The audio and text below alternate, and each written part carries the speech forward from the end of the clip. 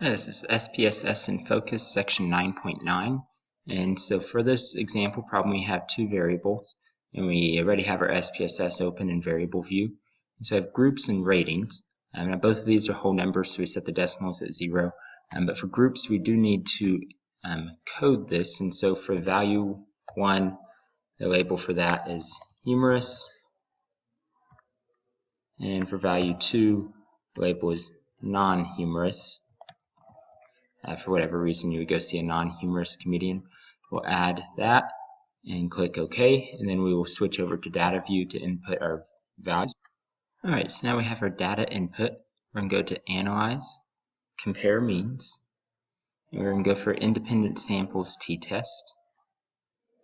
We are going to move ratings to our test variable box and groups into our grouping variables box.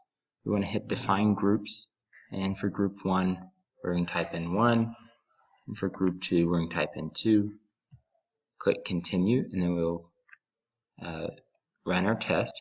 So after clicking paste to open the syntax editor, we're going to click run, and then from run we will get our data output. And so notice in the output it doesn't actually give us a value for the t-test statistic, but it does give us what we need.